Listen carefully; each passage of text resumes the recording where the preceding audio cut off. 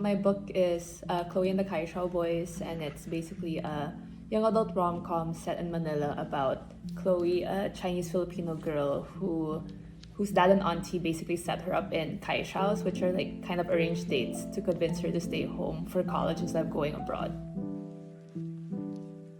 I was actually in grad school for writing when I first started what would become Chloe and the Kaishao Boys. Basically, our professor gave us an assignment to try writing young adult fantasy.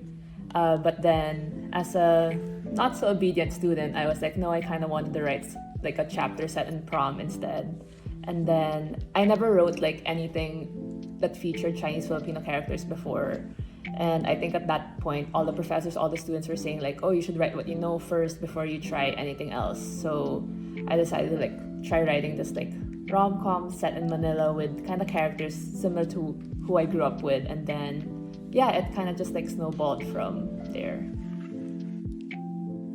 Most of my friends who read the book are like, oh, May, I didn't know you were funny. So apparently I'm funnier on page than I am on real life.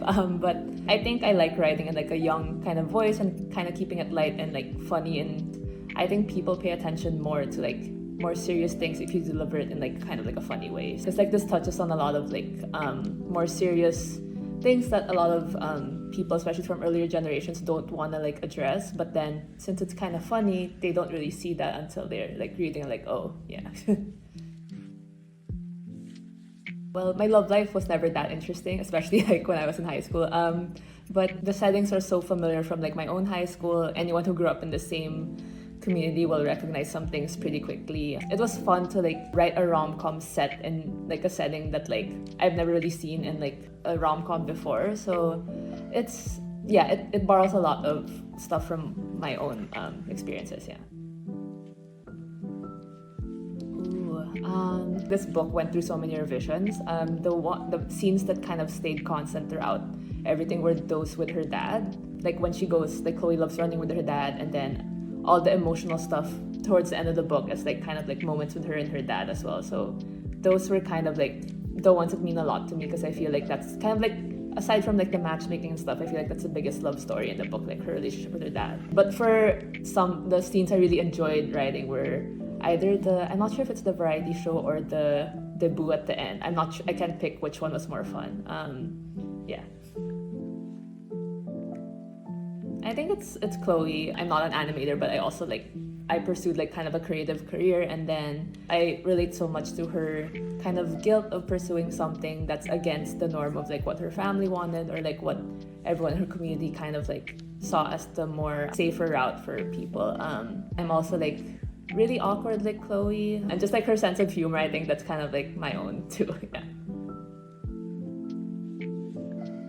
Honestly, I never kind of like expected that it would get published in like a US publication, because it's just felt so specific, especially like I wasn't just writing a story in Manila, it was a story about like Chinese Filipino characters in Manila with like Kaishao in the title. So I was also concerned about like if people in the US would understand the culture or like things that I wrote in this book. But then I think for me the first priority will always be like the people back home, because I feel like that's the community I'm kind of representing in this book. I wanted it to be like accessible for someone who's not familiar, but most importantly, like did this feel genuine to like someone who grew up there, or did it feel like these characters were actually like not just caricatures or kind of stereotypes, but actual like represented people that they kind of know. So even though like Auntie Queenie is like such a character, like so many quirks and everything, but then I also wanted her to feel like very real. So yeah, I hope that came across when I was writing. So yeah.